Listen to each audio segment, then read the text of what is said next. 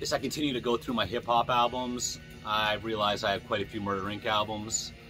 Murder Inc., of course, is the New York-based record label formed by Irv Gotti, who I believe was a A&R record executive before he started his own label through Def Jam. And Ja Rule is a central figure on that label. I first heard Ja Rule on that Can I Get A song with Jay-Z and DMX from Jay-Z's Volume 2. And we're going to start off with the debut album by Ja Rule, who is from Queens, New York. And this came out in 1999, Veni Vidi Vici. At the time, he reminded me a lot of DMX. He's kind of an aggressive New York area rapper, raspy voice. This is a solid album, although I didn't really listen to it all that much. I like Race Against Time, The Murderers, World's Most Dangerous, and the single on here was Holla Holla.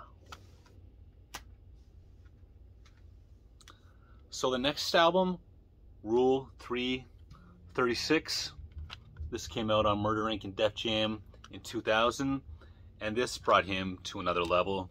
This was a big hit. Between Me and You, Put It On Me, I Cry, those are the big songs on here. But my personal favorites are Ecstasy, 6 Feet Underground,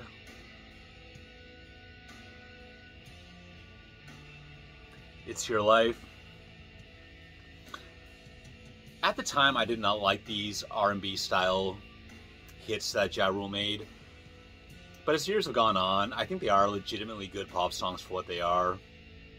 And some I quite like, although this album, this might be his most popular one, but it's also probably my least favorite. Next up, we have Pain Is Love, 2001. So I really like Dial M for Murder. Live It Up's fun.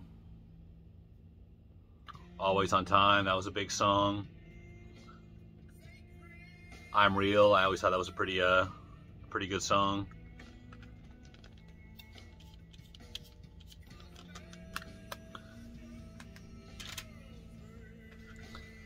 So by this point, he had rivalry with 50 Cent that dated back many years.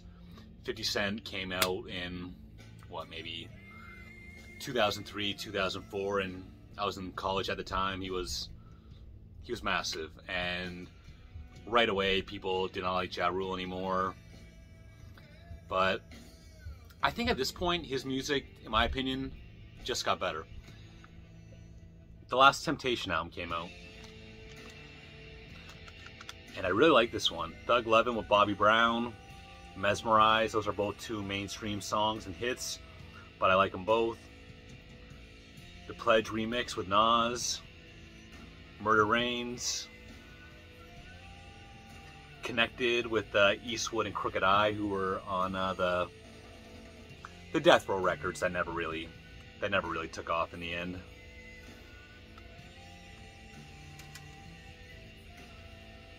Yeah, another improvement would be this album here, Blood in My Eye, 2003. This is a great album. It's more hardcore rap. He left the R&B stuff in the past. It's maybe a little bit too preoccupied with addressing the whole 50 Cent situation. Things Gonna Change. That was a really good diss track. The Ink Is Back. Blood in My Eye. The Life. Clapback, of course.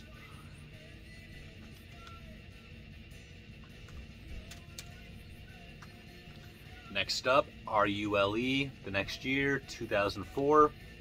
I think this might be Ja Rule's best album. and I'm pretty sure it was his last album. He'd take a whole lot of time off after this. He was always somewhat of a public person. I'm not sure why he stopped making music, really. I'm sure he's still got some fans out there. But Last of the Mohicans with Black Child, New York with Fat Joe and Jadakiss, Gun Talk, About My Business, Caught Up.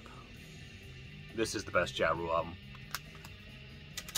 So we're gonna keep going on with Murder Inc. And one thing that I find disappointing is that there are a lot of affiliated rappers that were definitely like real hardcore gangster rap that just never got to the point of releasing a full length at all or on Murder Inc. Cadillac Ta, I really liked him. I think he was about to have an album come out. There was a single called I Got You Ma. It never hit store shelves. I like Black Child, he was really good. There's a Dio Cannons, Chris Black, a whole bunch of other affiliated rappers. Actually on this one here, Hussein Fatal from the Outlaws is on a couple songs.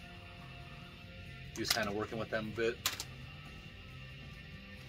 So continuing with speaking about these guys, this was an album called The Murderers. This came out 2000. So this is a group album by Murder Inc. rappers. You have Ja Rule, there's Irv Gotti, Black Child, Cadillac Ta, Vita. And what's his name? I recognize him, but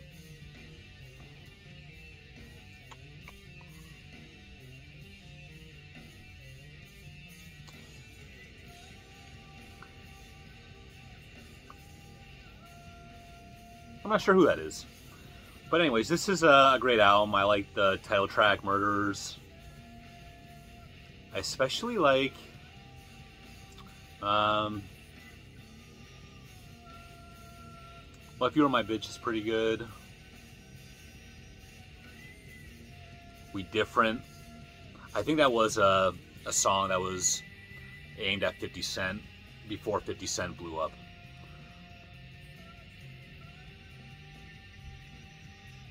Yeah, I really like this one. And going with the same theme, this was another somewhat of a group album. Irv Gotti presents The Ink. This was 2002. I really like the second song on here, Gangstafied. That's Ja Rule, Cadillac Ta, Ronnie Bumps, Chink Santana.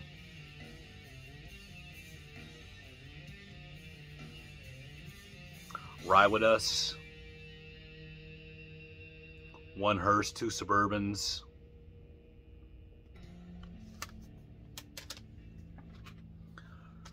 Irv Gotti presents The Remix. So again, you have lots of remixes of Murder Inc. Releases from around this time. Rainy Days, Baby, The Pledge. You have the Ashanti song Foolish, which was a big hit. There's a remix called Unfoolish. And my favorite song on here is gotta be Powerless by Cadillac Ta, which doesn't seem to be a remix, just seems to be a straight ahead rap song. And finally, Lloyd, Southside. This came out 2004. And at this point they were known as The Ink, not Murder Inc. And Lloyd was an R&B singer. I think he was from Atlanta. And I haven't listened to this song in a long time, but I really liked this album when it came out.